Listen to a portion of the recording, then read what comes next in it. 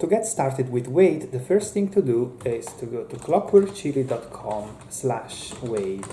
And this opens the Wade game engine and its editor in your Chrome browser.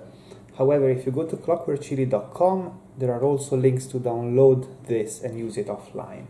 Initially, you're presented with a screen with some example projects, but I'm going to click here on Create a Blank Wade Project, and I'm going to enter a name for my new project. I'm going to call it Hello World.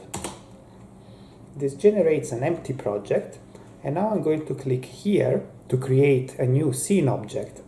This adds an object to my scene, and as you can see, I can run the game and a preview of the current game appears here in the middle of the screen. Now there is only a white square, but I am going to select this and go to sprites here on the right hand panel.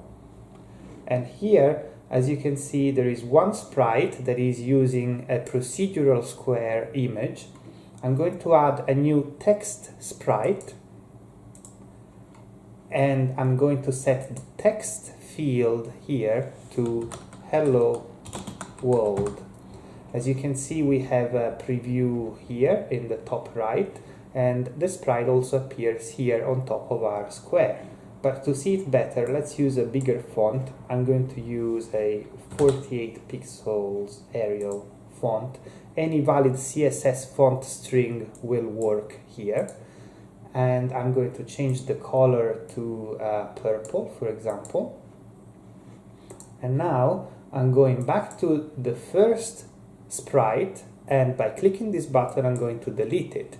Now I'm left with an object that's called SceneObject0 that contains only one sprite that says Hello World. As you can see, you can change lots of parameters here.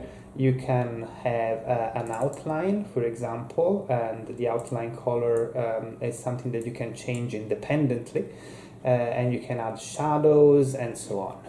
And as usual, when you're done, you can save and download your app as a HTML5 project, so the whole source code, or you can package it as an app that runs on a specific device.